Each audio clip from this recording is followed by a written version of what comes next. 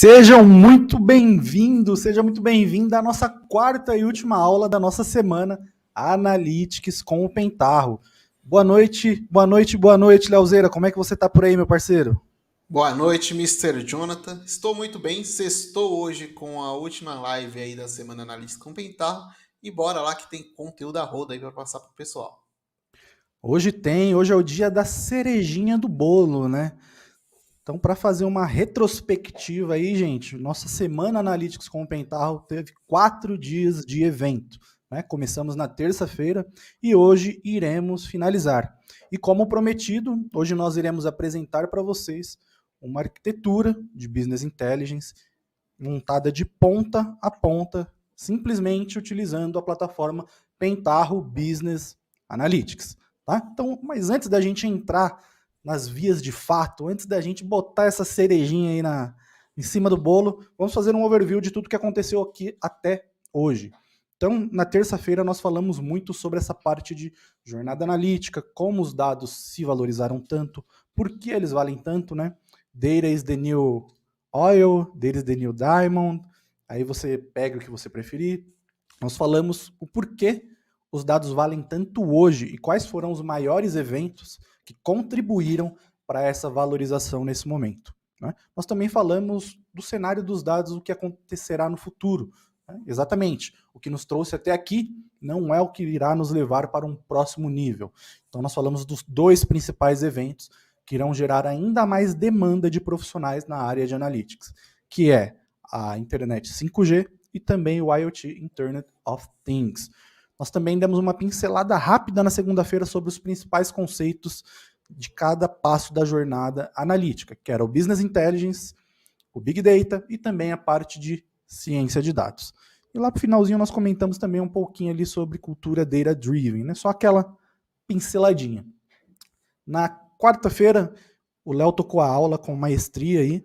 Ele trouxe um conteúdo um pouco mais técnico, um conteúdo muito mais voltado para a plataforma Pentarro, né? Cujo principal objetivo dessa aula era justamente apresentar para vocês cada uma dessas ferramentas, para que elas servem, quando utilizar, e a ideia é que a gente mostrasse até mesmo como instalar. Mas na verdade a gente não conseguiria fazer isso num tempo hábil, né? Mas o Léo ali foi comentando, ele foi jogando os links dos nossos grupos para que vocês pudessem ter esse acesso. Ontem nós vimos ali os conceitos do Business Intelligence.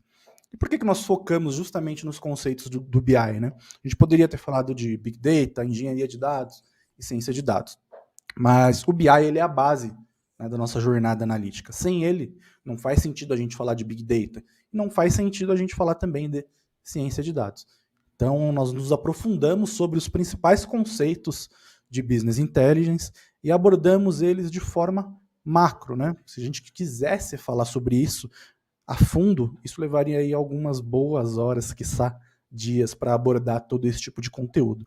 E hoje nós vamos justamente unir tudo aquilo que foi discutido nos 3 dias de evento passado, né? Onde nós mostraremos uma arquitetura de Business Intelligence tradicional dentro da ferramenta Pentarro, apresentando as 3 formas de entregas, né, que nós apresentamos para vocês durante a live, que nós chamamos de artefatos de dados. Então, caso vocês não lembrem, os artefatos que nós apresentamos aqui foi o Cubolab, os relatórios e o dashboard. Tudo isso dentro da mesma ferramenta, tá bom? Então, eu passo para você, Leozeira, você fica no comando, pode tocar o barco, qualquer pergunta que vocês tiverem a realizar, eu vou selecionando aqui, qualquer coisa eu vou interrompendo o Léo, e foguete não tem ré. Vamos embora.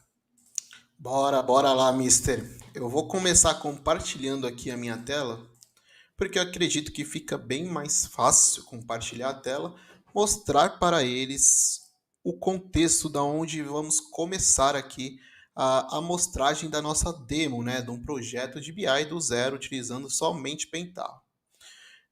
Eu queria compartilhar também com vocês, pessoal, vai cair a tela do StreamYard aqui, mas não tem problema. Eu queria compartilhar com vocês também porque aqui nós utilizamos toda a suíte Pentarro e somente a suíte Pentarro, tirando as tecnologias de bancos de dados e de programação.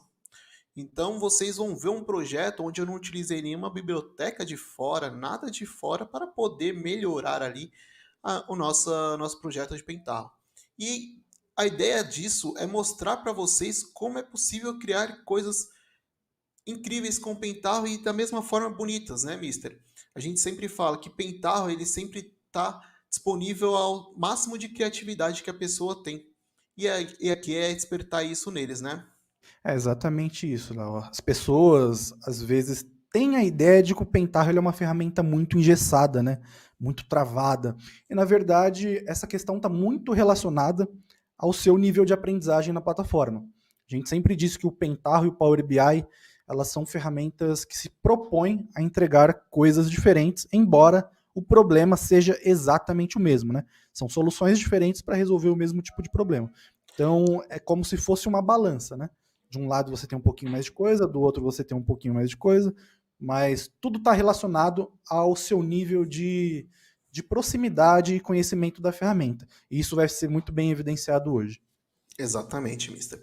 Então, para começar, eu vou contextualizar vocês de um problema que a gente tem tentado resolver, né? A gente vai tentar resolver aqui, mostrando para vocês aqui como que a gente fez para implementar todas as outras coisas, mas antes a gente tem que analisar qual era a necessidade principal. Lembra lá da onde a gente fala do fluxo da análise de dados, do BI, onde a gente via a viabilidade, a necessidade do cliente para fazer para levantar a modelagem e assim partir para os outros passos, tá? Então aqui a gente tem no site do Portal da Transparência um dataset de viagens realizadas pelo governo federal, tá? A ideia é analisar esse dataset de viagens realizadas pelo governo para a gente conseguir extrair o máximo de conteúdo que a gente pode deles, inclusive fazer análises ali e ver como que o dinheiro público está sendo utilizado pelos os órgãos superiores, pelo próprio governo, e entender se faz sentido ou não o uso daquele dinheiro. Então, para isso, a gente precisava montar um projeto de BI todo preparado para ser alimentado com esse tipo de dados, tá? Eu vou mostrar para vocês o dataset que a gente está usando aqui. Minha tela piscou aqui, não sei se piscou para vocês. John, você me avisa aí, tá? Eu vou aumentar aqui. E nesse dataset de viagens realizadas pelo governo federal, a gente tem dois tipos de informações aqui. Primeiro são os dados para a gente conseguir fazer o download, tá? Ele vem como arquivo CSV. E o outro é um dado muito importante, que é o dicionário de dados. Lembra que a gente sempre fala, cara, é muito importante que você tenha a documentação da base, da onde você vai puxar os dados, onde você vai extrair os seus dados? E aqui, nesse portal da transparência, eles deixam um dicionário de dados para que a gente consiga analisar, tá? Tem pessoas que vão ter familiaridade com esse dataset, tá? E quem não tiver, pode ficar tranquilo que aí eu vou explicar para vocês. Então, nesse dataset, a gente tem aqui os dados das viagens, são 4 CSVs, tá? A gente tem os dados de pagamento daquela viagem, temos os dados aqui de passagem, ou seja, qual foi os dados da passagem que o usuário comprou ali para poder estar executando a viagem, para onde ele está indo, de onde ele está, para onde ele vai, essas coisas. Os valores, as taxas de serviços.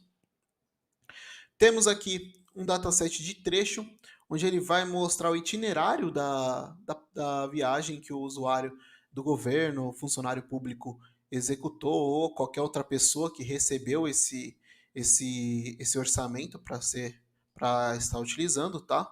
Então a gente tem um itinerário ali. Vamos supor, o Jonathan ele está aqui em São Paulo hoje, mas amanhã ele vai ter que estar em Minas Gerais e depois em Ceará. Então eu tenho que guardar essas informações para que quando a gente for fazer uma contabilização, a gente consiga analisar por todos esses pontos de vista, tá bom?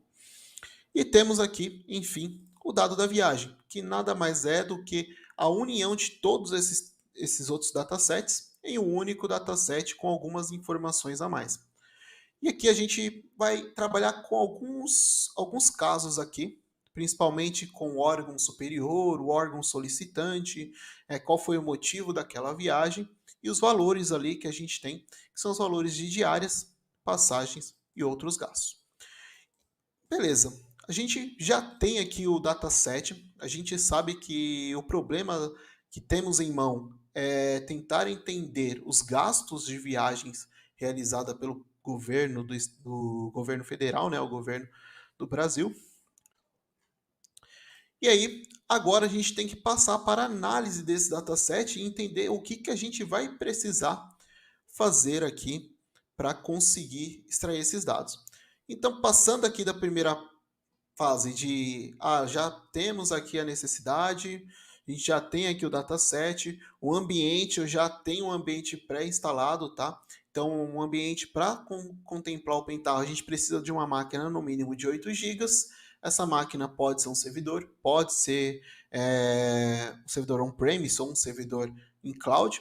Ela tem que ter ali no máximo, no mínimo também uns 50 gigas de HD ou SSD, assim vai de acordo com o custo, né, que o cliente está querendo custear, né? E a gente já tem os dados, que são o fator mais importante para dar o start ali do projeto, né? Então a gente já tem esses dados. O próximo passo de um analista de BI é pegar esses dados, capturar esses dados e eliminar aquilo que para ele no momento ali ele entende que não vai se fazer necessário. Claro, isso com a ajuda do analista de negócio. São dados que vieram a mais ali, são datasets que às vezes que o pessoal utiliza para teste, alguma coisa do tipo, e acaba ficando lá no meio do monte de pastas, algo do tipo, ou tabelas que não têm tanta funcionalidade no banco de dados.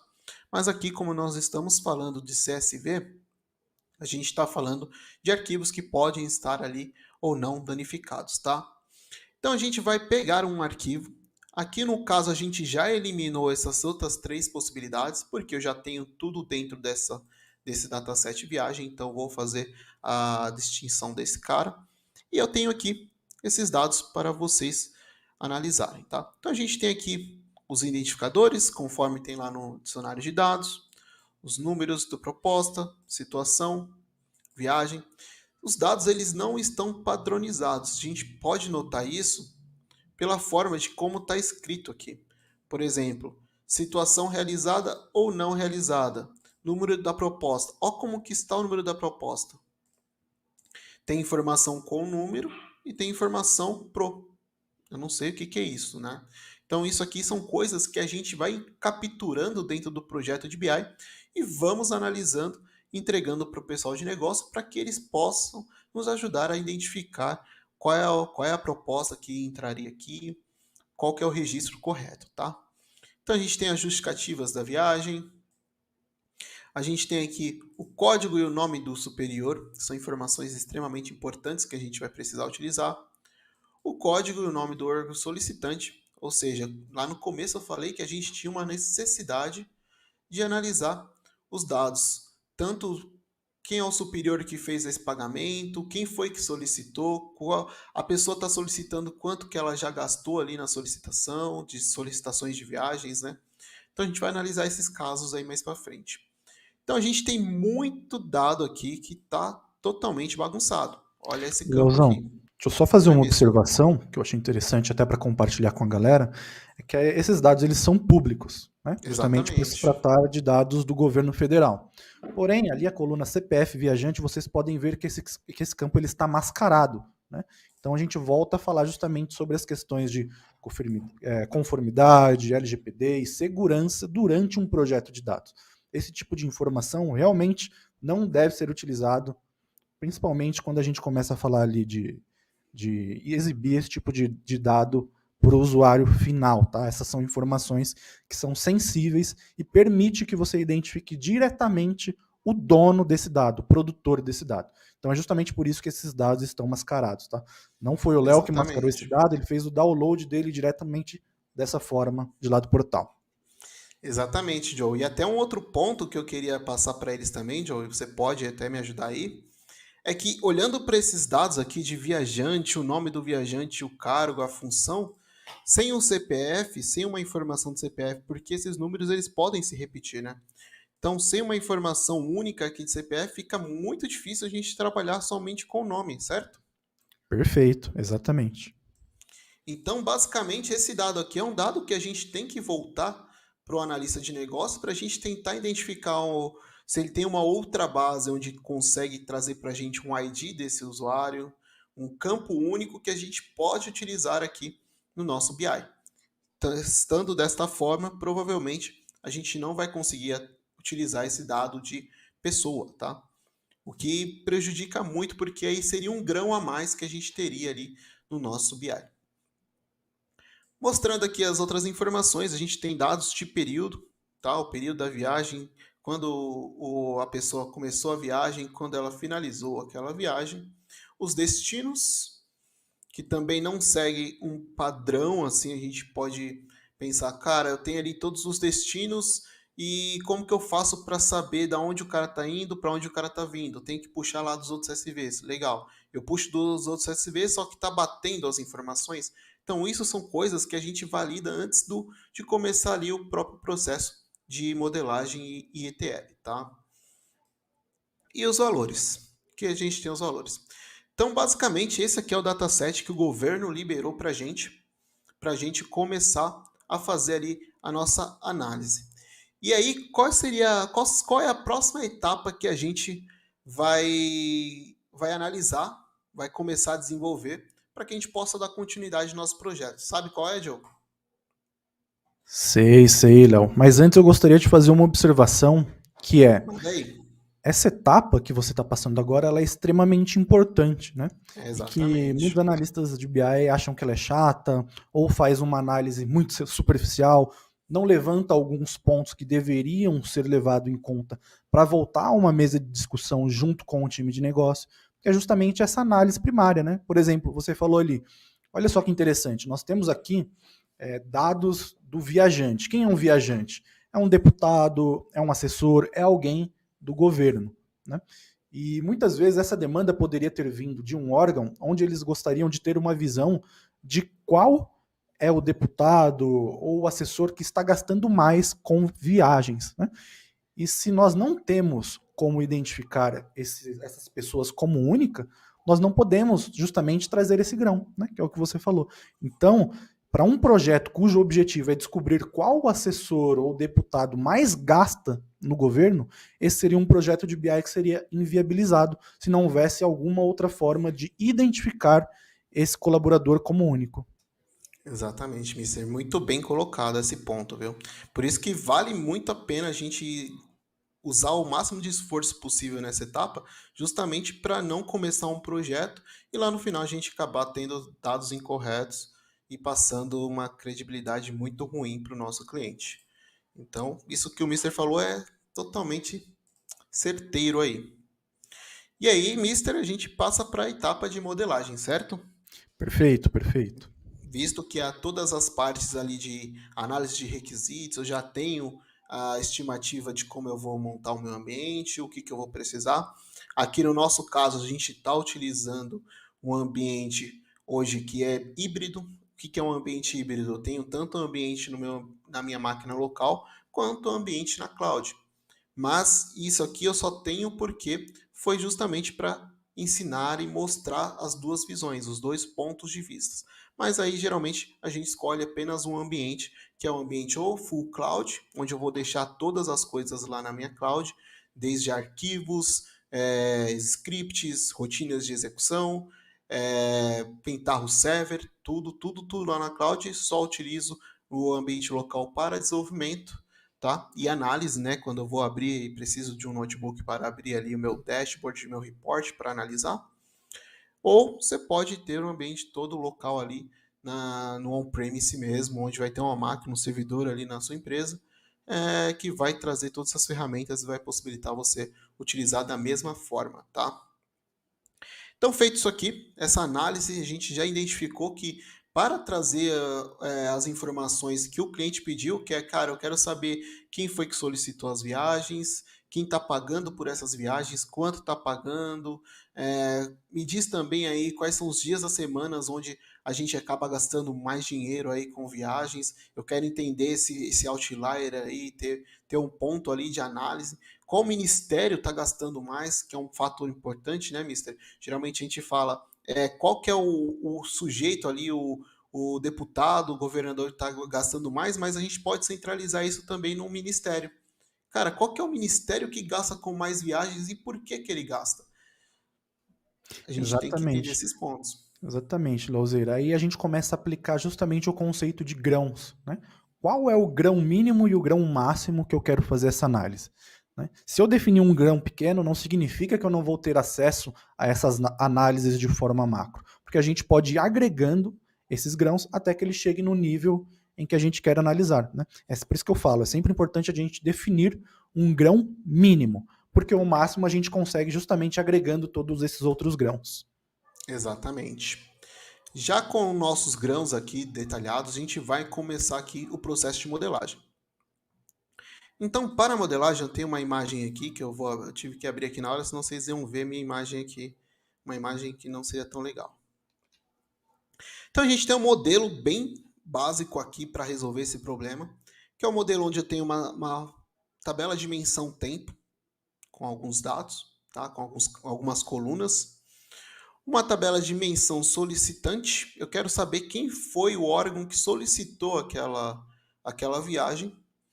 Eu tenho aqui uma dimensão superior. Cara, o órgão solicitante é o órgão do juvenal. E quem é o superior do juvenal? Então a gente tem que trazer essa informação. E, inclusive, esse órgão solicitante aqui, ele não é ainda o menor grão que a gente tem. O menor grão que a gente tem é o motivo. Porque o órgão solicitante juvenal, ele fez uma viagem por um motivo X. Então, trago aqui o motivo que ele utilizou para justificar aquele pagamento, aquela viagem, para a gente justamente conseguir analisar vários tipos de motivo e ver, cara, o juvenal, ele sempre quando vai fazer uma viagem, ele justifica que é para resolver problema da área educacional. Só que ele está indo para lugares onde não faz sentido algum o pedido dele, a justificativa, o motivo que ele utilizou. Então aí é um ponto de atenção onde o analista de negócio vai olhar, vai bater o olho ali no dash, vai bater o olho ali no report e vai falar, cara, esse cara aqui tá de brincadeira com a gente vai ter que dar uma analisada mais a fundo nele. E aí vão pegar os gaps do juvenal, que é o solicitante, tá? Então a gente tem essas dimensões, 4 dimensões, e temos uma tabela fato, tá? Uma tabela fato. Nessa tabela fato, a gente tem um outro conceito também, que é a dimensão degeneralizada. Joe, me ajuda aí. Sempre enrolo nessa palavra. Degeneralizada? Degeneralizada. Degeneralizadas. Obrigado. Sempre eu enrolo nessa palavra, gente. Então, a gente tem algumas dimensões dentro da nossa tabela fato, que também no projeto de BI você pode utilizar. E que tipos de dimensões são essas? Geralmente é uma dimensão onde a informação é sim ou não, no caso do nosso dataset. A gente tem aqui os dados de situação e se a viagem era urgente. Esses caras são dimensões que eu posso manter dentro da minha tabela fato. Eu não preciso extrair essas dimensões para fora, porque até então não vai ter tanto impacto assim. Eu só vou estar armazenando mais espaço no meu disco, trazendo esses caras para fora. Então eu deixo eles dentro da minha fato ali, que para mim vai funcionar perfeitamente. Leozão, aproveitando esse gancho, a dimensão degenerada ela serve justamente para isso, né? Algumas vezes nós precisamos trazer algum atributo ali para dentro do nosso fato, para a gente analisar esse registro ocorrido, que talvez a gente não tenha atributos o suficiente ou tipos de atributos suficiente para que a gente possa criar uma dimensão. Né? Então é algo muito pontual ali que a gente precisa saber. É um nível de detalhe maior que a gente precisa colocar. A gente chama de dimensão, mas foge muito desse conceito de dimensão, né, que a gente apresentou nas aulas anteriores. Essa dimensão, na verdade, está mais para um atributo. Né? Então, é como se fosse apenas um atributo que, em vez de estar em uma dimensão, ela está diretamente ali na tabela fato. Exatamente, Mister, exatamente. E aí a gente consegue utilizar esse cara ali na fato de forma tranquila para trabalhar e economizar espaço, né, no nosso banco de dados, do que eu ter que alocar espaço para mais 20 bits ali, só para ter 2, 3 registros, 4 registros, né, Mister? E indo até um E o pouquinho acesso além, né? também, o acesso também a essa informação fica bem mais tranquila também, né? Sim, indo até um pouquinho além, né? Quando a gente fala de DW, de dimensões, nós estamos falando de dados padronizados. Né? Então, nós esperamos que a maioria dos atributos que nós temos sejam dados de classificação, né? Então você tem um campo ali no sistema onde tem campos pré-definidos que vão classificar esses dados. Agora, por exemplo, imagine um campo chamado motivo de cancelamento da viagem, que às vezes pode ser interessante numa análise do último grão. Você vai ter diversos motivos diferentes, você não vai conseguir padronizar esse tipo de dado, né? Então, muitas vezes isso pode ser utilizado ali como um atributo, uma dimensão degenerada, que é apenas uma coluna contendo a descrição do motivo do porquê a viagem foi cancelada. Você não precisa criar uma dimensão apenas para isso. Exatamente, exatamente, mister. Então, aqui a gente tem o modelo Star Schema, que vocês viram aí durante a semana. A gente falou bastante sobre esse modelo Star Schema, essa arquitetura de BI que permite a gente ter as dimensões de forma estelar. Claro que aqui a gente não tem ali uma estrela aqui, né? Mas poderíamos ter outras dimensões ali com base no nosso dataset para gerar outras ramificações de dimensões. Isso, faltou o Inclusive, desenho da estrela só, né? exatamente. Faltou uma perninha, mas isso não significa que essa arquitetura não é o Star Schema. Lembrem-se que o que categoriza um modelo como Star Schema é o fato dela ter uma tabela fato ao centro e todas as outras tabelas serem de dimensões estarem conectadas diretamente à tabela fato. Enquanto o Snowflake, a gente pode ter dimensões conectadas a outras dimensões. Só relembrando. Exatamente. E aqui a gente tem o nosso modelo. Passando desse modelo, como que a gente materializa isso, tá? Então, basicamente, isso aqui vai se materializar no nosso ETL.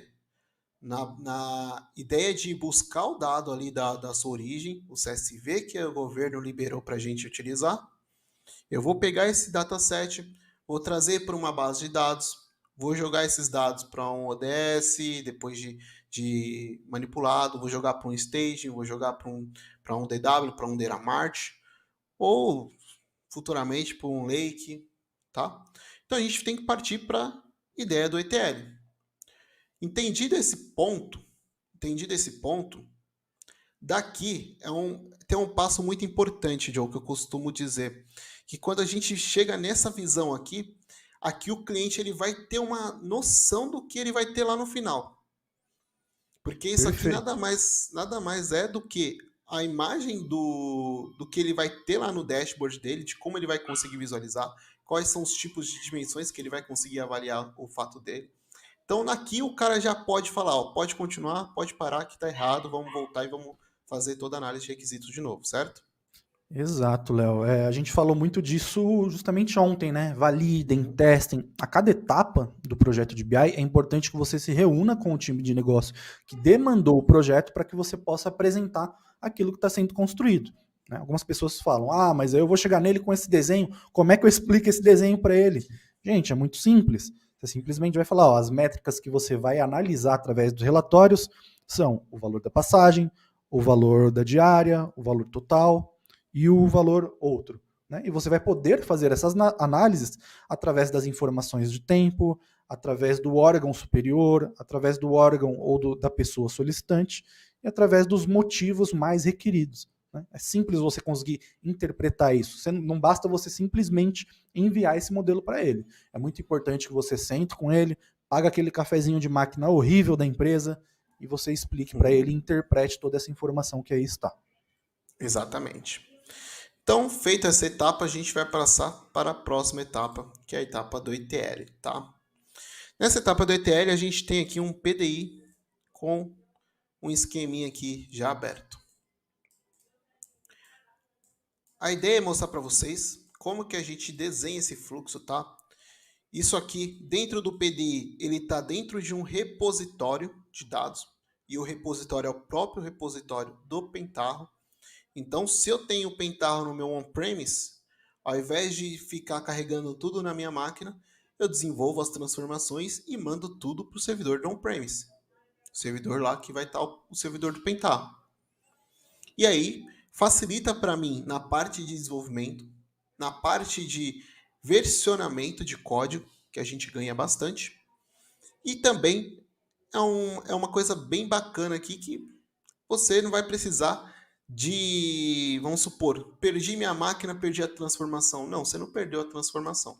Se você perdeu a sua máquina, você pega outra máquina e é só conectar no repositório que você vai conseguir as transformações novamente, Só tá? para só pra dar uma enriquecida, quando o Léo fala de repositório, ele está falando repositório de dados, tá, gente? Como se fosse um GitHub, um GitLab, um Gitbucket da Exatamente. vida. Né? E existem 3 tipos de repositório no Pentaho. O primeiro tipo é o Pentaho Server, que é o que ele está falando. Então a gente tem uma instância do Pentaho, um serviço do Pentaho funcionando, e nós conectamos o PDI que está local aí na máquina do Léo no Pentaho Server para pegar essas informações. Né? E aí o que ele está falando, cara, a gente não perde, se a gente alterar, a gente consegue retomar. Imagina que eu e o Léo, nós estamos trabalhando junto nesse projeto, né, Léozinho? Eu poderia baixar o projeto aqui, utilizando o próprio PDI, conectando nesse repositório, eu cagar esse Exatamente. projeto todinho, que quando o Léo fosse fazer a análise, ele teria essa visibilidade. Ele falou, ó, o Jonathan submeteu aqui novas alterações que cagou o projeto. Mas antes de eu perder tempo xingando ele, o que eu vou fazer? Eu vou retomar a versão anterior que eu havia criado. E aí fica tudo certo. Exatamente, mister. Os outros repositórios, pessoal, eles não, tirando o repositório do Pentaho Server, eles não permitem o versionamento, tá? Então, os outros repositórios funcionam de uma forma um pouco diferente. O repositório de banco de dados, você só vai conseguir armazenar lá suas KTRs e seus jobs, tá? Então, se o Jonathan acessar lá o repositório e fazer uma baguncinha ali no meu trabalho, provavelmente eu vou ter que consertar ou ele vai ter que consertar. Não vai ter como a gente dar o rollback ali da baguncinha. No caso de arquivos também, se mexer lá nos arquivos, como ele fica numa pasta, né, numa pasta dentro do servidor, se alguém mexer, entrar dentro do servidor, ir lá e apagar os dados, vai sumir também. Então, eu não recomendo tanto esses dois repositórios, tanto de arquivos e repositórios de banco de dados. Eu recomendo sempre utilizar o repositório do Pentaho Server, tá? E se você não tiver o Pentaho Server e só utilizar o PDI na sua organização, isso não te impede de utilizar um GitHub, um Bitbucket, para você utilizar como repositório também e conseguir fazer o versionamento aí de dados do seu ETL. Beleza? Então vamos abrir aqui e pela primeira vez a gente vai ver aqui, acho que é a primeira vez na internet a gente vê isso aqui, né, Mister? Na internet não, no YouTube, né?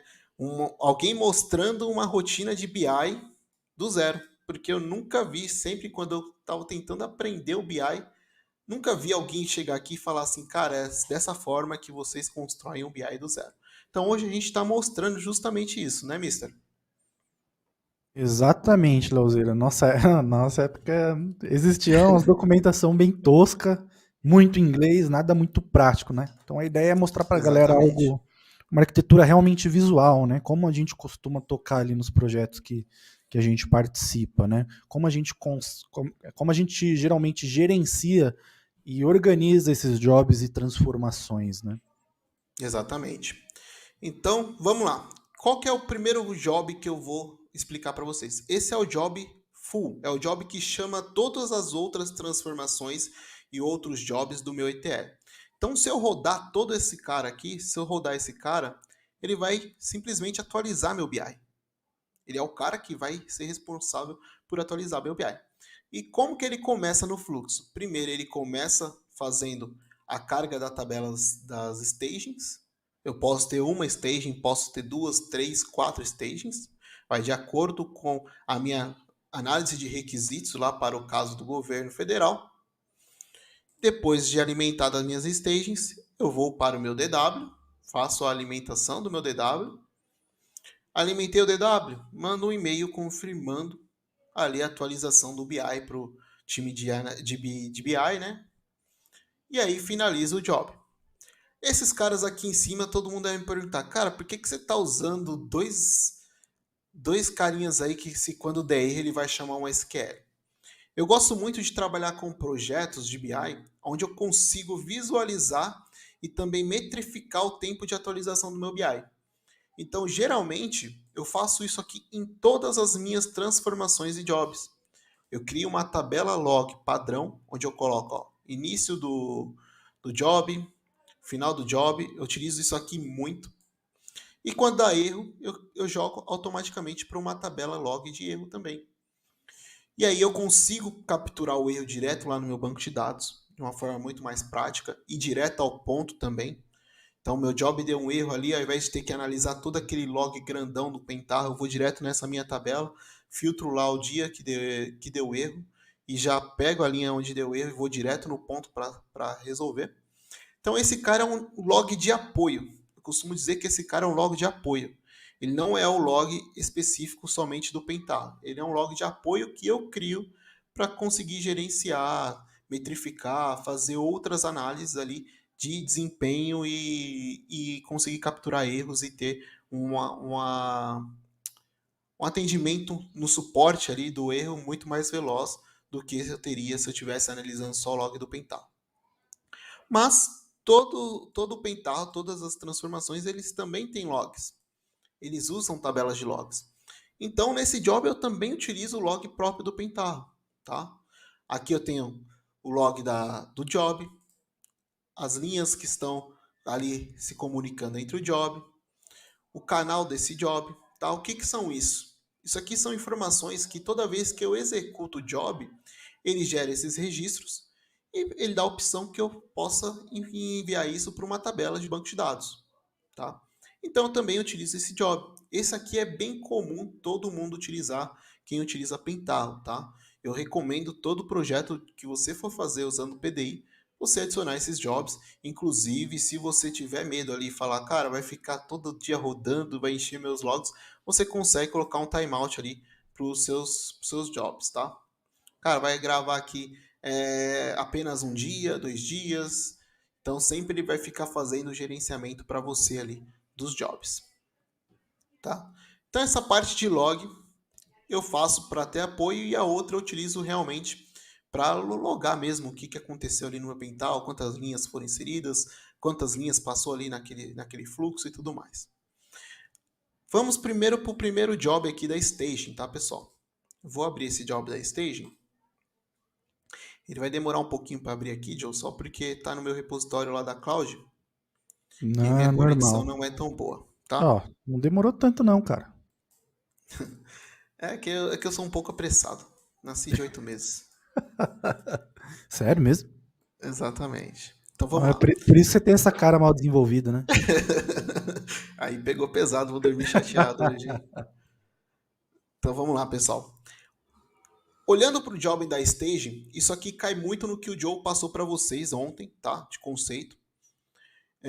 De uma staging. Por que a staging é importante ali no processo de um ETL, né? De um BI. Cara, por que eu não faço o E e vou direto para a parte do D, né? Dos dashboards? Cara, você vai estar levando muito dado zoado lá para a parte do dashboard. Ah, por que eu não faço somente o E e o L, né, num projeto? Pega e carrego só e uso os dados lá. Ah, pode ser que vai te dar alguns probleminhas e tudo mais. Aqui a gente tem um padrão, né, Joe? Eu faço uma carga inicial, depois eu faço uma carga das minhas tabelas stagings, e aí eu começo a fazer limpeza, organização e enriquecimento de dados, certo? Isso aí, Leozeira. Seguindo aquele conceito justamente que a gente falou, né? Você tem que fazer uma Uhum. carga burra, porque você não pode fazer a transformação de todos os dados consumindo diretamente do transacional, porque você vai passar um tempo muito maior consumindo dele, aumentando a concorrência e prejudicando os sistemas que fazem a gravação e a leitura daqueles dados que estão nas bases transacionais. Então é muito importante que a primeira carga seja algo muito rápido, principalmente quando a gente está falando da primeira carga de um DW, né? Quem não tem tanta experiência, a primeira carga do DW é sempre a carga mais pesada. Né? A gente fala, existem dois tipos de carga dentro do BI, que é a carga full, que é como o Léo gosta de chamar, e existe a carga incremental, que é onde você vai pegar somente os dados de acordo com a periodicidade que foi definida na sua conversa com o time de negócio. Né? Eu preciso desse dado atualizado há quanto tempo? É diário? É de hora em hora? É a cada semana? É uma vez por mês? Então a carga incremental ela vai seguir esse período que foi definido de acordo com a necessidade do time de negócio. Mas antes disso, você precisa carregar todo o histórico de dados que existe na empresa. E essa carga demora um tempo considerável, né? Exatamente. Por isso que eu deixo ele sempre no step separado da minha carga da stage, porque na carga da stage eu já posso fazer algumas tratativas que vai me ajudar ali no desempenho. Como a gente está lendo somente um arquivo, eu tenho esse arquivo, faço uma seleção desses arquivos e mando aqui para uma tabela, tá? Pego esses arquivos, faço uma pré-seleção ali do que os dados que eu vou precisar utilizar e mando para uma tabela. Isso aqui é uma carga full, uma transformação bem simples que a galera consegue executar aí no PDI de forma bem tranquila, tá? Passei dessa carga inicial, eu vou para a próxima carga, que é a minha staging, onde eu vou fazer a separação ali dos dados, vou fazer já algumas tratativas bem pequenas ali, nada de limpeza ainda nem organização, tá? Vou só separar ali, cara, quero superior, então vou jogar para uma staging superior, quero solicitante, jogar com uma staging solicitante. Léo, você está jogando tudo para várias tabelinhas antes de mandar para o seu DW? Tô fazendo isso. Por quê? Eu posso trabalhar na minha staging, pessoal, mascarando ela como se fosse já o meu DW. Por quê? Isso facilita quando eu vou trabalhar lá no DW, né? Quando eu vou enviar da minha staging direto para o DW. E aqui eu já consigo ter uma base de análise um pouco mais avançada ali. Eu tenho os dados separados, cara, às vezes eu quero só analisar os motivos, às vezes eu quero analisar o solicitante. Eu não preciso ficar fazendo queries numa tabela gigante, stage gigante lá para ver como que veio o dado. Então eu faço só queries nessas tabelinhas pequenininhas, tá? Uma outra pergunta que talvez a galera esteja fazendo também, Leozão, desculpa Uhum. te cortar, cara, você está pegando tudo de uma única tabela ali, que é a tabela viagem? E nesse caso, sim, né? Porque o que nós queremos trazer aqui é justamente mostrar os fundamentos para vocês. Num projeto real, você vai trabalhar com diversos Várias. tipos de bancos de dados, diversas tabelas diferentes em um único banco de dados. Né? O que o Léo está mostrando aqui é justamente como você pegar essas bases, quando elas estão totalmente centralizadas em um único lugar, e aí você faz essa divisão de acordo com cada stage para onde você quer enviar esses dados, né, Léo? Exatamente. Aqui eu poderia ter não só esse table input aqui, mas ter uns 10 aqui. 10, 20. Então poderia ter esse processo aqui, Joe, repetido várias vezes. Porque são várias fontes de dados. Aqui, como só tem uma fonte de dado, eu estou separando a partir dessa fonte. Mas isso que você falou realmente acontece muito e é bem comum no nosso projeto, tá? Então, esse aqui é um caso meio que atípico. Hoje é bem difícil você encontrar um caso onde você faz a leitura somente de um local, de um dataset. Só que por que eu estou fazendo somente de um local? Justamente, Joe, porque aqui na carga inicial eu poderia pegar e fazer a leitura dos outros datasets e jogar também numa tabela só. Que é o que a galera costuma fazer bastante. Que é tipo montar um flat file gigante e aí eles jogam tudo para lá. E aí quando chega nessa etapa aqui de separar na staging, eles fazem só a leitura do flat file já separando. Porque no BI o que eu tenho? Eu tenho um dado que veio do ambiente transacional. Esse ambiente, os dados se relacionam, então eu consigo, de alguma forma, montar um agregadão deles e mandar isso aqui para minha stage. Uma pergunta que talvez a galera esteja fazendo, Léo. Eu preciso deixar todas essas stages em uma única transformação? Eu não poderia, por exemplo, fazer uma transformação para superior, uma para solicitante, uma para motivo e uma para viagem? Poderia sim. E isso é porque eu acredito que assim seja mais simples fazer a modificações e os ajustes, tá? Mas nada impede de que você coloque cada situação aqui, cada dimensão de staging, cada staging em uma transformação específica. Eu posso fazer só uma transformação superior. O que vai melhorar para quem analisa dessa forma é que se der um erro ali, ele vai ficar testando só aquele cara específico. Aqui, para mim, se der um erro, lascou. Eu vou ter que rodar tudo de novo, vou ter que ficar desabilitando aqui, que é uma coisa que a galera também não gosta tanto de fazer. Porque aí pode acabar esquecendo, e aí vai e roda o processo todo, e aí rodou errado, porque esqueceu alguma coisa. Mas sim, Joe, você pode separar sim. E eu até recomendo que separe, principalmente quando a galera está no começo, tá? No começo, começando ali a desenvolver seus projetos de BI, eu recomendo que faça essa separação, porque assim vocês vão ter uma visão melhor ali de todas as stages que vocês estão carregando. Eu diria também até em casos de tratamentos mais complexos, né? Porque aí nós não Exatamente. estamos fazendo tantos tratamentos assim. Mas imagine que você tenha que utilizar para fazer tratamento de enriquecimento, limpeza, o distinct desses dados, diversos steps, né? Então 10, Já estava 15, 20 lascado. steps. Você vai acabar perdendo a legibilidade da sua transformação. Então acho que nesse caso também compensaria dividir, né, Lauzeiro? Sim, exatamente. Compensaria muito. Por exemplo, quando a gente passa por essa. Deixa eu sair da carga inicial aqui. Quando a gente passa para esse cara aqui, que é de limpeza e organização, esse cara aqui também é um cara que eu deveria ter separado para vários steps. Porque fica muito mais legível. É isso mesmo que você falou, Joe. Olha como é que tá esse cara aqui. Esse cara já trouxe um ambiente com um pouco mais um pouco mais despadronizado, justamente para mostrar essa situação. Que aqui eu posso ter uma tratativa específica para o cara que é o superior, uma tratativa específica para o solicitante. Só que eu chego no motivo, eu tenho outras tratativas para fazer. Por exemplo, aqui eu já não usei um select values. E aí eu estou fazendo uma outra tabela viagem com algumas tratativas também. Faz total sentido, Léo, faz total sentido. Diria até, se a gente tiver uma mentalidade um pouco mais avançadia, se a gente tivesse a mesma tratativa em todas as dimensões, faria mais sentido a gente ter uma única transformação e utilizar o ETL Metadata Injection, né? Onde a gente deixaria Exatamente. dinâmico e muito mais, teria um desempenho muito melhor, um controle muito melhor. Não precisaria ficar alterando diversas transformações para ter o mesmo resultado. Exatamente, Mister. Esse ponto que eu ia tocar para vocês. Porque o que é o ETL Metadata Injection? Ele simplesmente vai montar um template de transformação. Então eu posso montar um template aqui. Vamos supor que ele vai ter um table input, um if field value is null, um select values, um string operation e o superior aqui uma tabela output.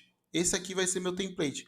Eu crio um único step e chamo uma única transformação e sempre quando eu for enviar informações para lá, eu chamo minha transformação através do ETL Metadata Injection. Que aí ele vai fazer justamente isso que o Joe passou para vocês. Ele vai rodar com base ali no meu template os dados, como já tem uma ordem ali específica, de forma muito mais dinâmica e muito mais rápido e fácil, tá? E até para dar suporte, né, Mister? Quando vamos supor que eu encontrei mudou um registro X ou adicionou um registro Y ali, eu preciso adicionar uma coluna a mais, que vai ter em todas as tabelas, cara, isso ajuda pra caramba o ETL Metadata Injection, que eu só coloco ali mais o padrão e aí ele já pega automaticamente. Sem dúvida. Aqui estamos falando de uma arquitetura simples, né? Pensa uma arquitetura um Uhum, pouco mais complexa, com o dobro, triplo de dimensões, por exemplo, né? A manutenção, exatamente. talvez o desenvolvimento não seja nenhum problema, é repetitivo, mas a manutenção você não consegue repetir tanto, né? É um processo mais manual quando a gente fala de dar suporte, fazer modificação. Quando a gente está criando é mais o Ctrl C, Ctrl V, pequenas alterações e já era. Exatamente. Isso mesmo, Mister. E aí, a gente fecha aqui a parte da nossa staging. Mas finalizou por aqui? Nesse caso, sim. Mas o que, que acontece? Isso aqui é o que o Joe gosta de bater muito na tecla, sempre quando ele vai apresentar aí sobre BI para vocês.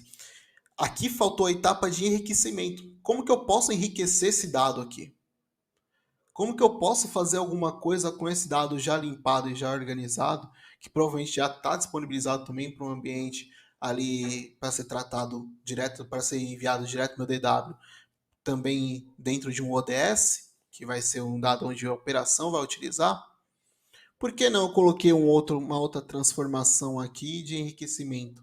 Cara, eu estou vendo ali que fulano de tal foi para os Estados Unidos e ele gastou lá. E qual era a cotação do dólar na época que ele foi viajar lá para os Estados Unidos? Porque aqui está falando para mim que o gasto dele foi de R$ 10.000.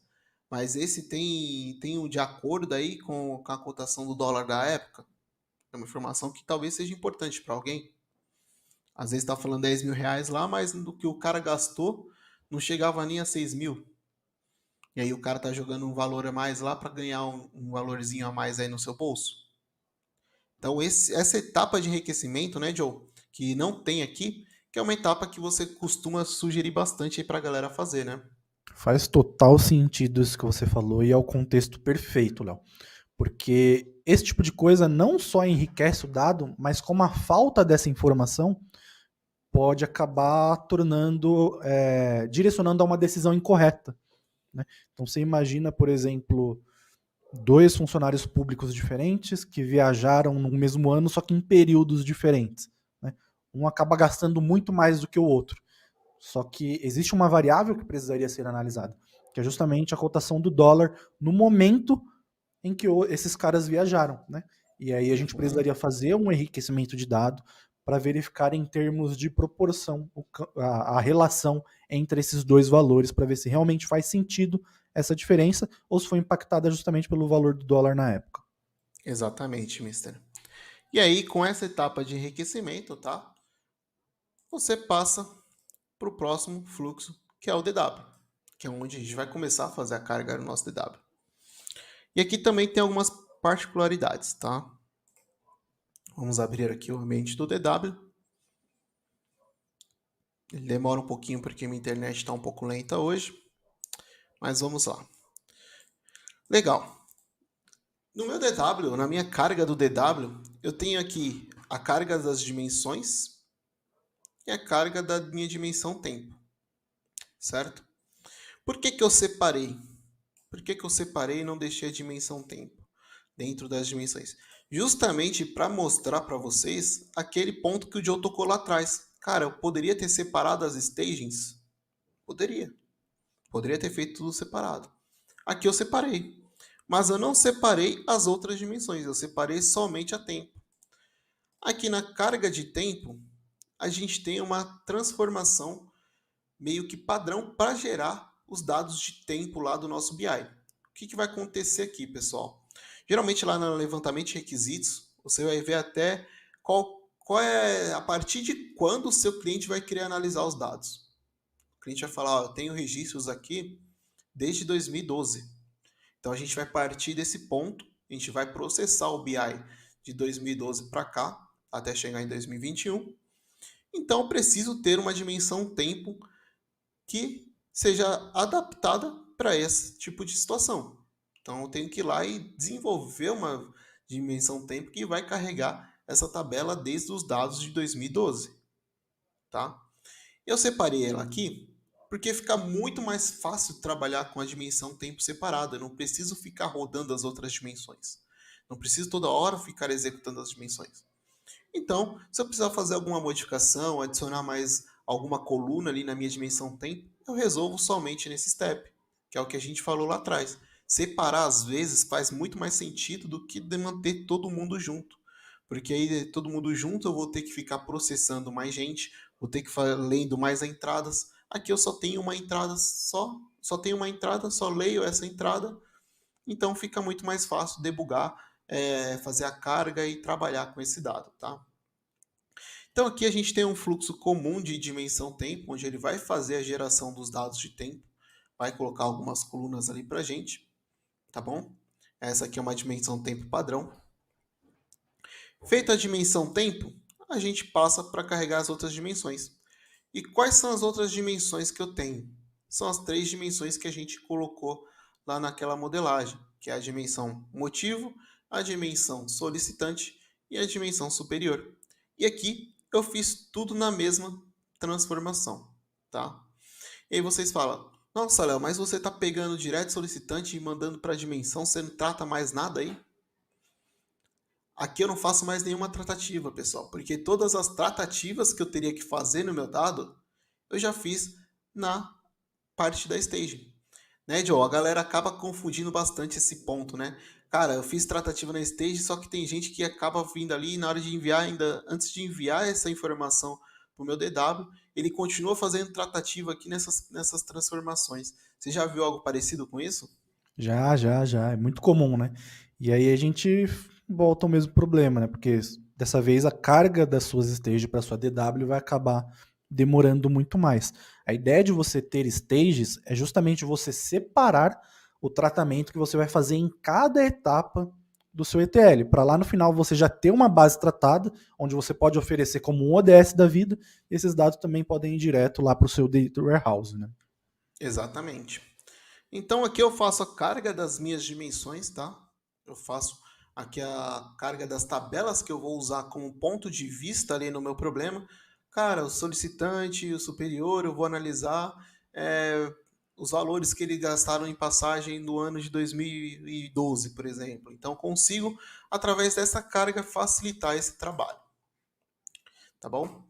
Feita essa parte, acho que faltou um step aqui, que é a carga do DW, enfim, a tabela fato. Aí, ó, acabou faltando, hein, Joe, esse cara. Deixa eu ver se ele está aqui, pessoal. Se não tiver, eu vou abrir ele aqui para vocês. Só um minutinho.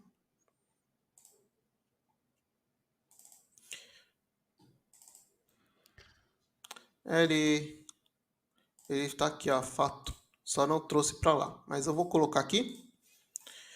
E aí vocês vão conseguir analisar a carga da fato, que ele vem sempre depois desse ponto aqui, tá? Quem Vamos sabe faz ao trazer. vivo, né, Lauzeira? Exatamente. Não, a gente está aqui já, né? Transformação. Vamos alimentar aqui. Vou colocar aqui o nome fato. E aí eu tenho que fazer a pesquisa desse cara lá no meu ambiente do Pentaho Server.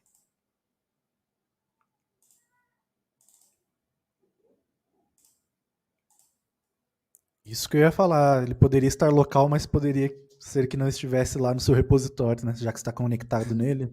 Exatamente, mas eu tinha passado tudo para lá. É, gênio. Então vamos lá. Então depois das dimensões, eu carrego a minha tabela fato, tá?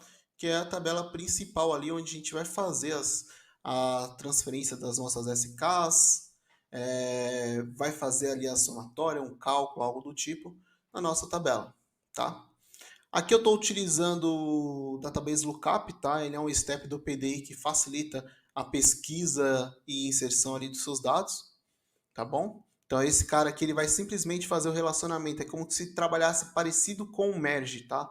Com o merge rows. Ele vai lá, vai buscar dentro da sua tabela o registro que você está querendo e vai fazer o lookup dele em outra tabela, pegando aquele registro e só os dados que você vai querer, tá? Então, analisem isso como se fosse um merge parecido com o merge, pessoal. Aqui eu pego uma tabela, que eu já tenho uma tabela lá pré-fato, praticamente. Essa tabela pré-fato eu vou fazer a busca das minhas SKs lá nas minhas dimensões. Então aqui eu estou trazendo o dado. Então eu vou lá, faço o relacionamento código solicitante. Qual que é o código solicitante da minha dimensão? Então qual que é o SK que está lá na minha dimensão para que eu possa trazer para a minha tabela fato. Faço isso com superior, solicitante, com a motivo. Com a tempo eu não fiz porque eu fiz, acredito que um join. Na verdade, a tempo nem precisava porque a tempo eu estou usando a própria data como chave. A data ela não se repete, vocês jamais vão ver um dia igual hoje mais para frente, tá? Então não preciso ali criar um ID para data, mas isso não te impede de criar um ID para data, tá, pessoal? É só porque eu acredito que já sustenta ali a questão da chave só tendo a data mesmo. Não sei se o Joe costuma usar assim ou se ele cria ID aí para os projetos dele na hora da data, Joe. Eu já vi das duas formas, viu, Léo? Geralmente, quando eu herdo projetos, é difícil ele vir já com o ID. Mas se eu tenho oportunidade, eu gosto bastante. Show. E Meus aqui, comentários hoje tá parecendo do Casão, né, cara? exatamente. Não, Tá ligado? 50% de 30%, né? Caramba, me senti o Casão aqui agora. Manda Boa. bala aí. Então, mas essa etapa aqui carregou a minha fato, eu fiz os cálculos. Isso aqui, pessoal, ele tá bem, vamos dizer, não vou dizer minimalista, mas eu vou dizer simples, porque a fonte de dados e o problema que a gente tem para resolver hoje aqui, ele é bem tranquilo. Mas pode cair aqui em tabelas fatos que você vai ter step fórmula, que você vai ter modifier JavaScript, que você vai ter calculator, vários calculators ali. Cara, pode acontecer de você ter uma fato com várias métricas. Você pode ter que analisar as suas dimensões, seus fatos, suas métricas, podem ser tipo 10, 5, 6, 20 métricas. Então vai de acordo com o levantamento de requisitos que você fez lá atrás. Se você fez um levantamento de requisitos onde o cliente identifica que ele precisa analisar todas essas métricas, e quando você puxar os dados da origem, não vai chegar a essas métricas que você precisa analisar, então provavelmente você vai criar aqui. Então aqui você vai criar lá uma métrica para facilitar, onde eu gosto de trabalhar muito, John, principalmente quando a gente está falando de fórmulas lá para regras de negócio. Cara, eu quero saber um ROI, alguma coisa ali. Como que eu faço? Eu já pego, já calculo isso e já mando para minha fato calculada, que ali na pesquisa eu facilito muito. Não sei se com você também acontece esses pontos aí. Sim, sim. Acho que é um ponto comum, na verdade, da maioria dos Uhum. projetos de BI, né? A maioria das vezes essa é a forma que a gente tem de passar por esse problema mesmo.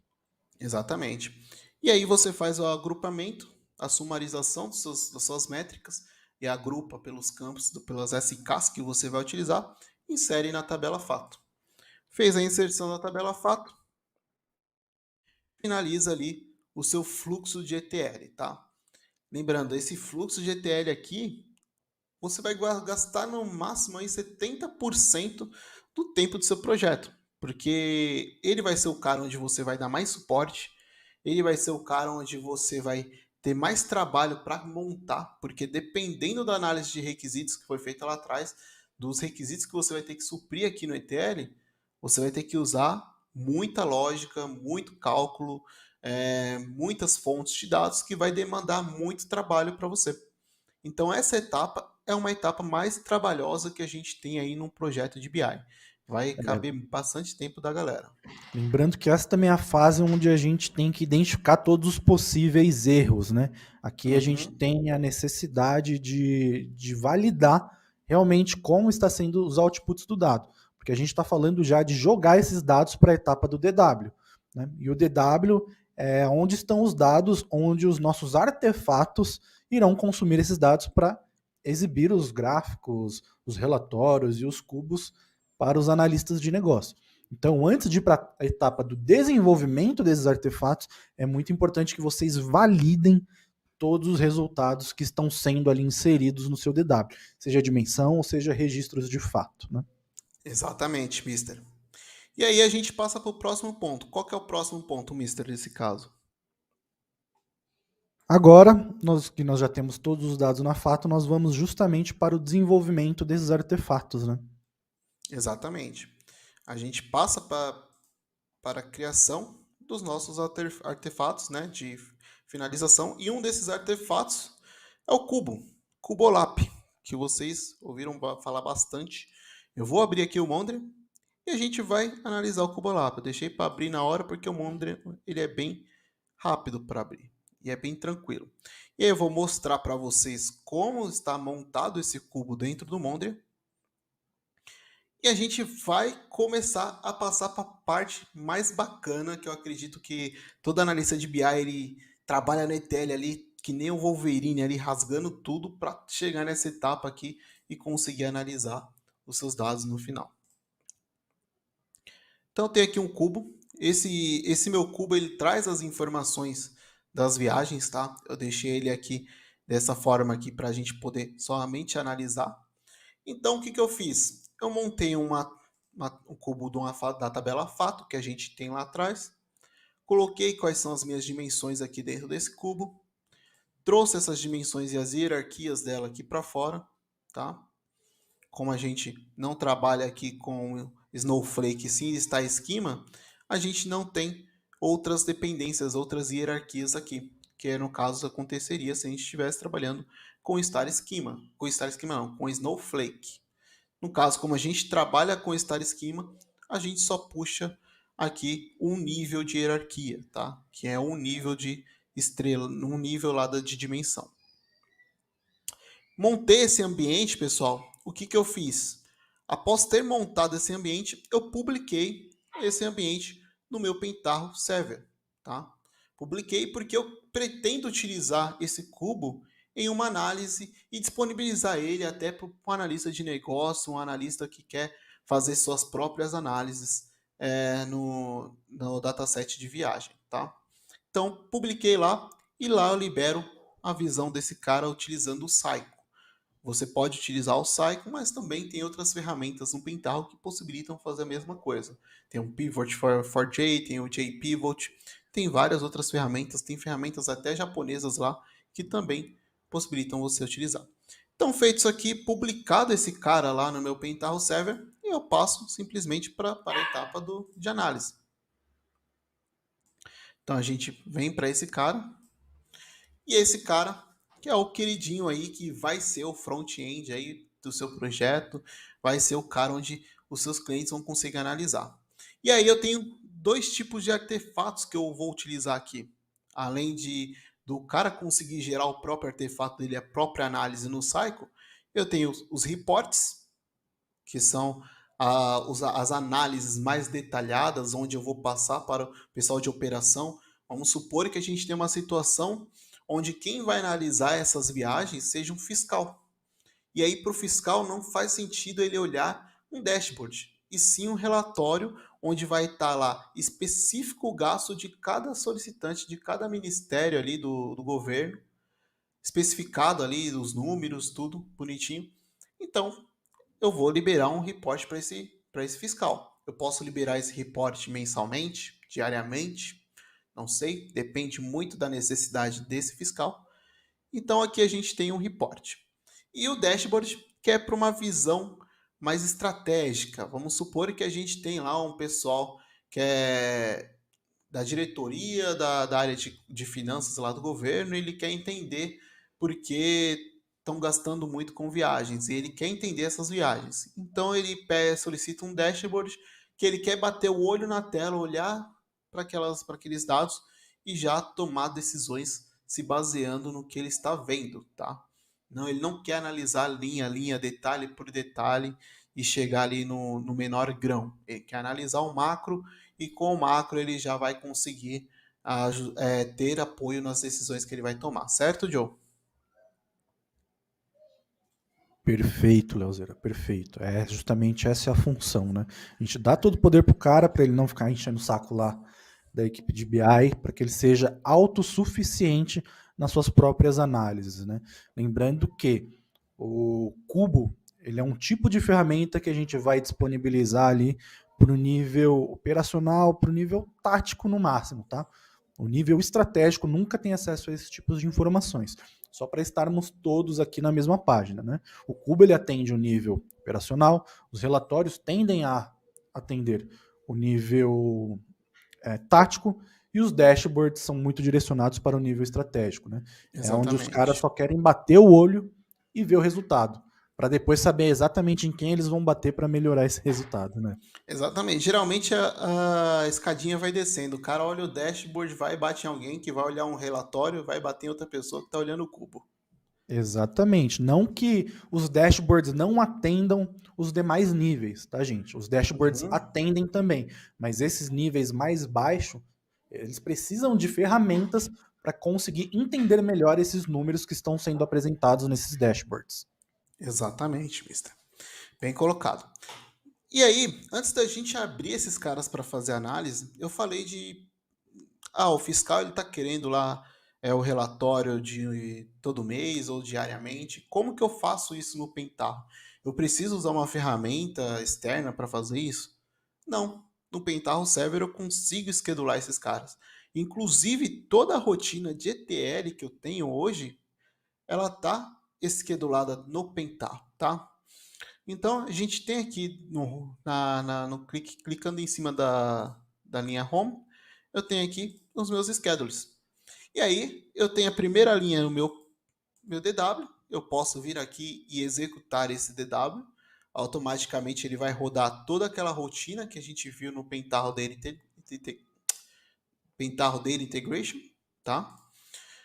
Feito isso aqui, eu tenho as rotinas de dois reports, tá? Reporte solicitante. Um eu executo ali uma vez por dia ou todo primeiro dia do mês, tá? Beleza?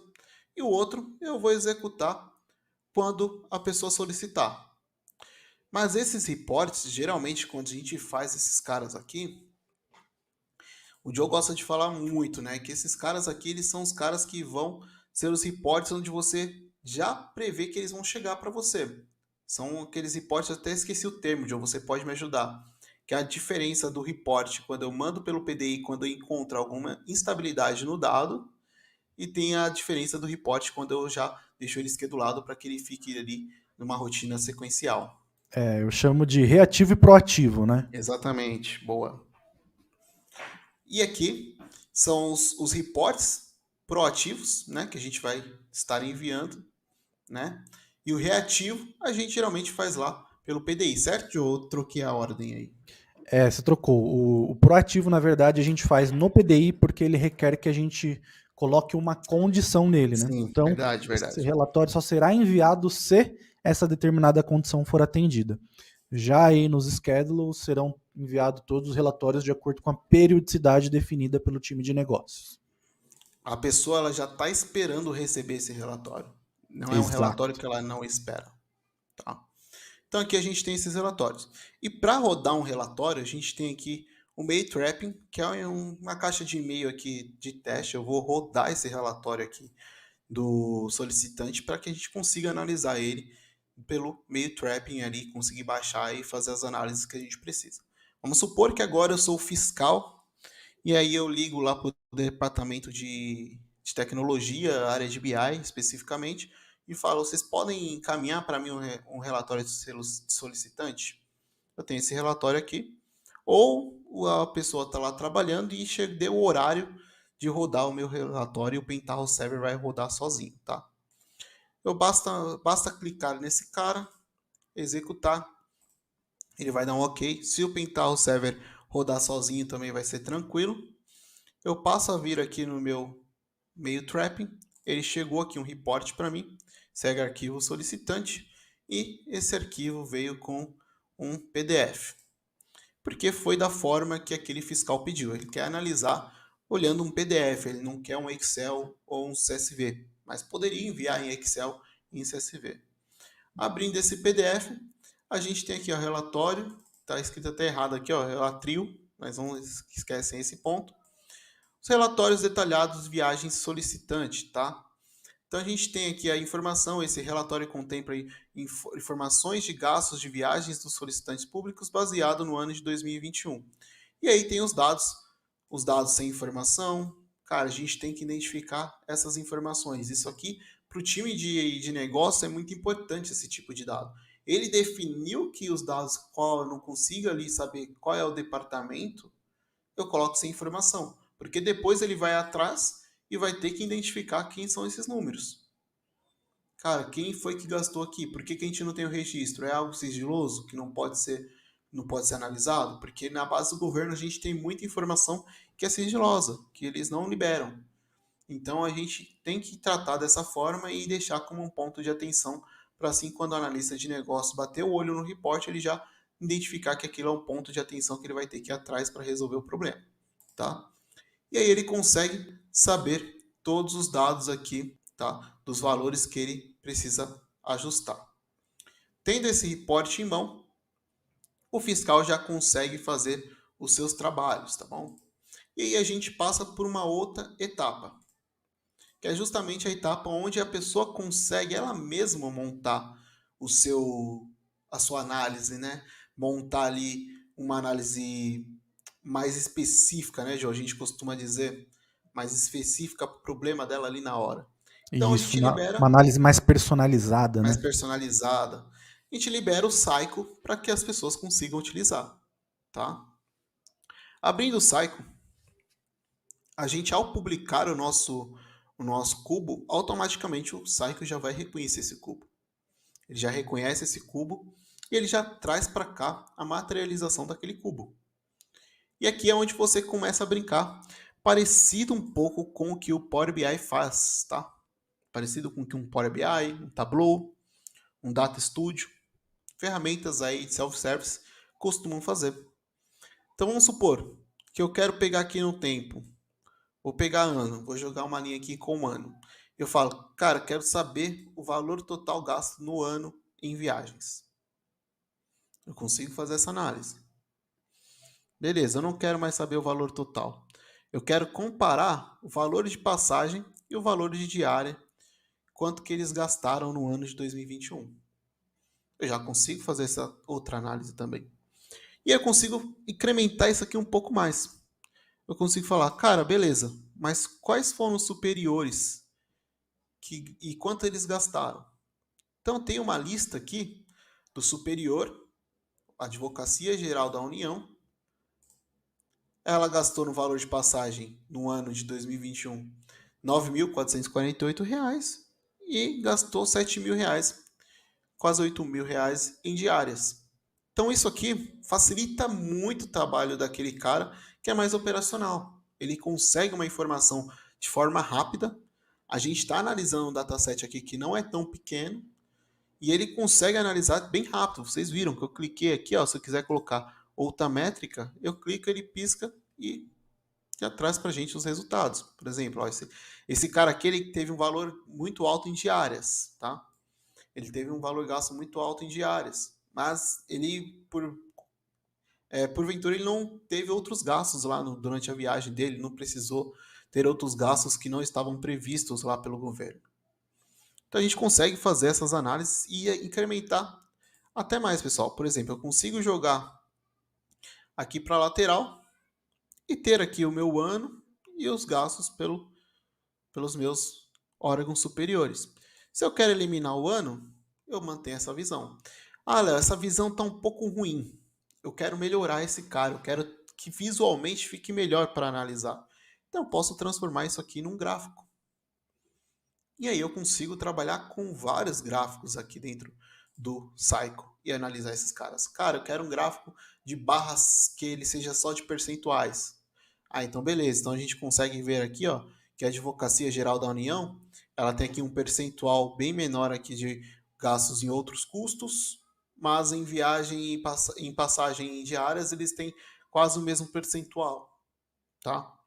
Então tem 51% ali em passagem e gastou 45% ali do dinheiro que eles utilizaram no ano até uma data específica. Esse dataset ele vem até o mês 2, tá? Do ano de 2021.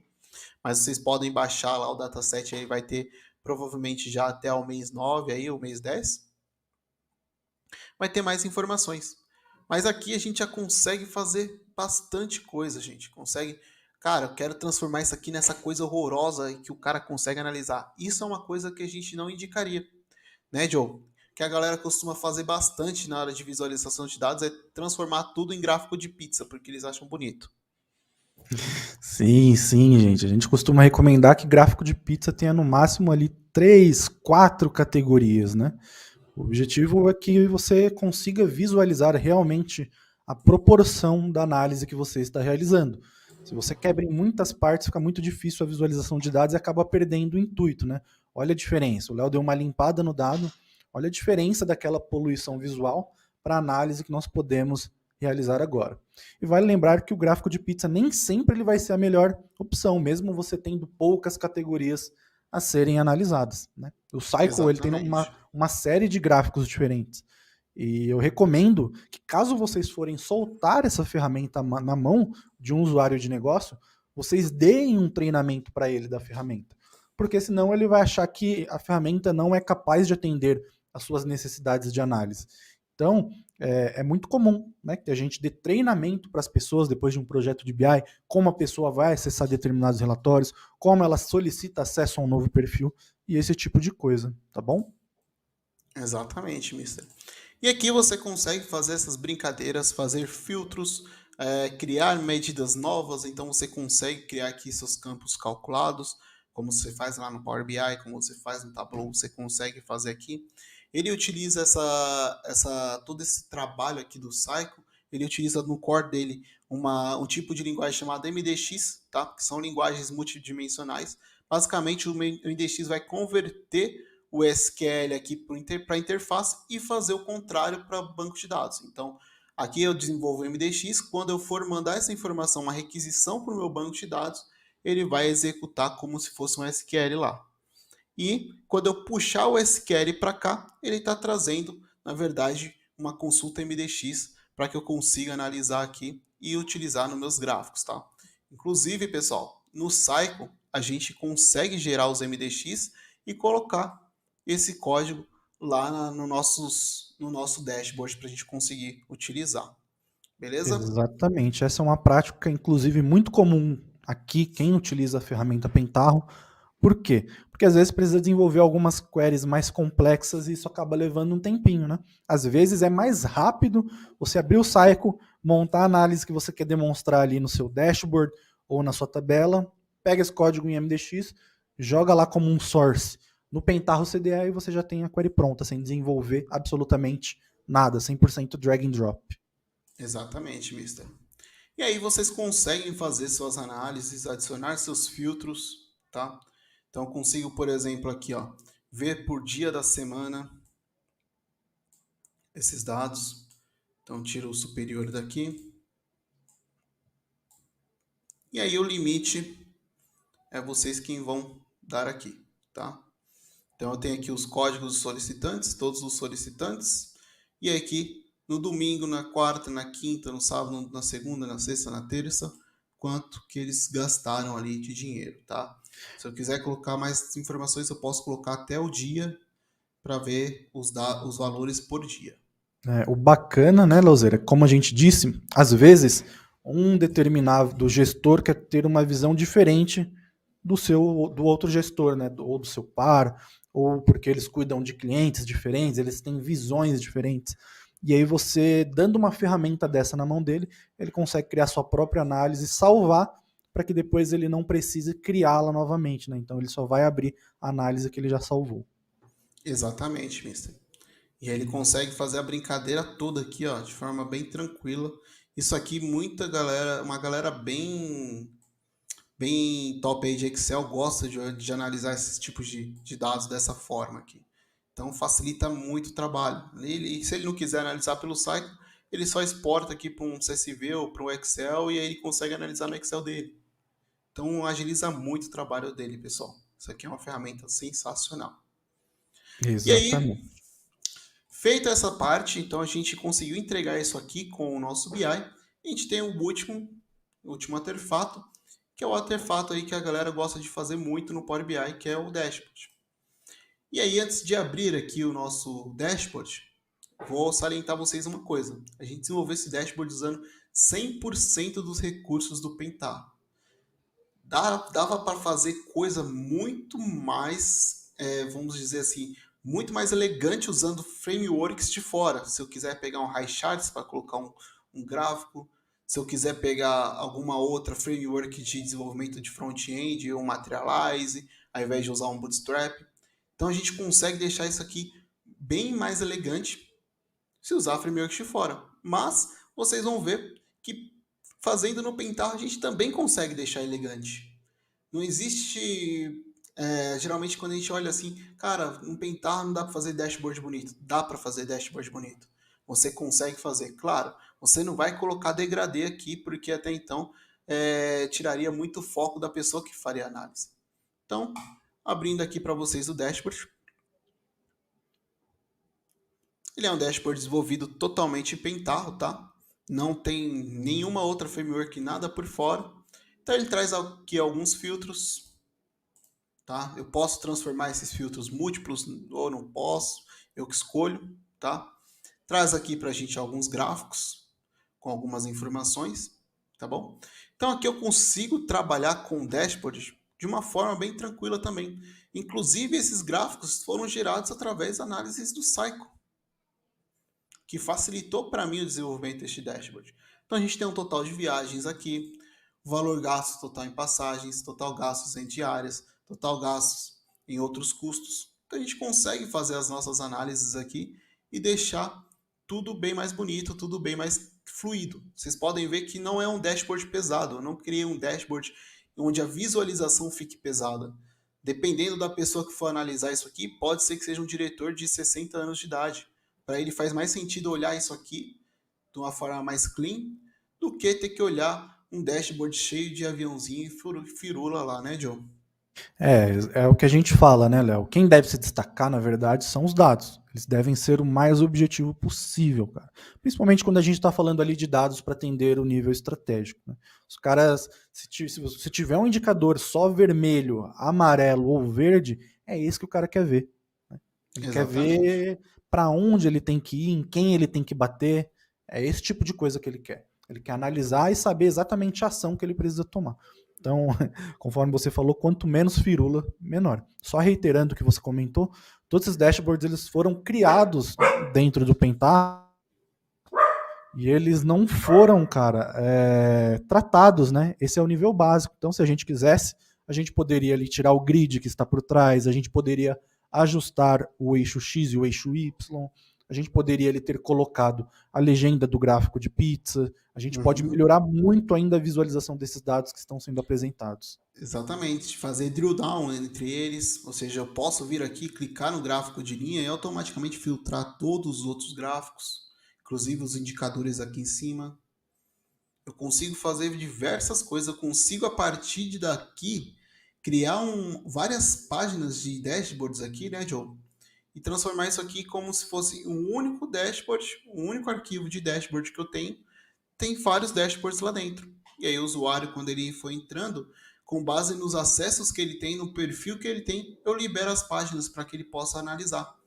E aqui nos dados eu também consigo filtrar esses dados com base no perfil do usuário. Então isso para mim facilita bastante o trabalho de desenvolvimento desses dashboards, tá? Sim, sim. Você poderia criar um portal, né, por exemplo, um portal de Exatamente, um dashboards, portal. onde o usuário abrisse esse portal e lá ele veria exatamente quais são os dashboards que ele pode fazer a análise, né? Exatamente, mister. E aí, aqui a gente finaliza o nosso último artefato, né, do BI, que a gente fez toda a entrega que a gente prometeu para vocês. A gente mostrou a parte do source, o arquivo, colocamos ali uma pauta, uma necessidade, que era analisar alguns pontos, trouxemos aqui para a parte da modelagem, onde mostramos ali como foi feita a modelagem desse caso, trazemos a modelagem para o ETL, transformamos ali toda aqueles dados que estavam lá bagunçados naquele CSV em dados organizados, limpos, e aí jogamos esses dados dentro de uma base chamada DW. Dentro desse DW a gente gerou um cubo que vai possibilitar a análise da operação utilizando o Psycho. E aí, trazendo também aqui para o Pentaho Base Server, a gente fez schedules, né, para que envie relatórios para o pessoal que vai fazer as análises, pessoal de operação ali mais tático, que vão fazer as análises mais detalhadas. E aqui, por último, o dashboard, que é a visão mais estratégica, onde eu vou trazer esses dados aqui para uma área mais estratégica, uma área onde vai tomar uma decisão onde o peso ainda é maior, tá? Então, para ele tem que ser tempo para uma área estratégica é muito caro, muito caro. Uma empresa onde você tem grandes áreas estratégicas ali, eles são muito caros. Então, você tem que trazer a visão para que ele consiga bater o olho e tomar uma decisão ali baseado naquilo que ele está vendo, tá? Então é isso aí, Joe. Não sei se você queria inteirar mais alguma coisa aqui. E aí eu posso passar para você. Massa demais, Leozeira, massa demais. É muito gostoso ver, né? A simplicidade, é óbvio, gente. A gente pegou um escopo extremamente pequeno para que a gente pudesse ilustrar como atender um projeto de business intelligence de ponta a ponta, né? Mas isso se atende a grandes projetos e projetos complexos, né? O Pentaho, conforme a gente disse aqui, ele é utilizado por diversas empresas dos mais variados níveis, pequenas, médias, grandes, gigantescas, né? O Léo aí já teve oportunidade de trabalhar em diversas empresas diferentes, eu também.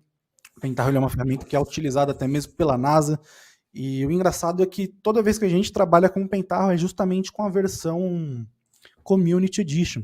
E que isso significa é justamente o quanto essa ferramenta entrega de forma 100% gratuita, né? Então, primeiro eu queria saber de vocês aí se vocês curtiram ver esse projetinho aí que o Leozeira montou pra gente. A explicação que ele deu foi algo realmente muito bacana, mostrou cada etapa de processo do Business Intelligence e justamente atrelado aos conceitos que foram explicados durante esses 4 dias de evento, né? Então, nós falamos sobre a visão analítica, falamos também sobre a plataforma Pentaho, demos um overview geral. Ontem falamos sobre os conceitos de Business Intelligence E hoje nós fomos para aquela tão sonhada parte que a gente queria apresentar para vocês, que é como fica um projeto de Business Intelligence dentro da plataforma Pentaho, né? Então, Alzira, parabéns, cara, baita apresentação, baita aula. Eu ainda não vi nenhuma apresentação desse tipo aqui no YouTube. Tenho certeza que vai ajudar a elucidar a galera como ficaria um projeto de BI dentro dessa ferramenta. Parabéns mesmo, cara. Valeu, mister. Muito obrigado.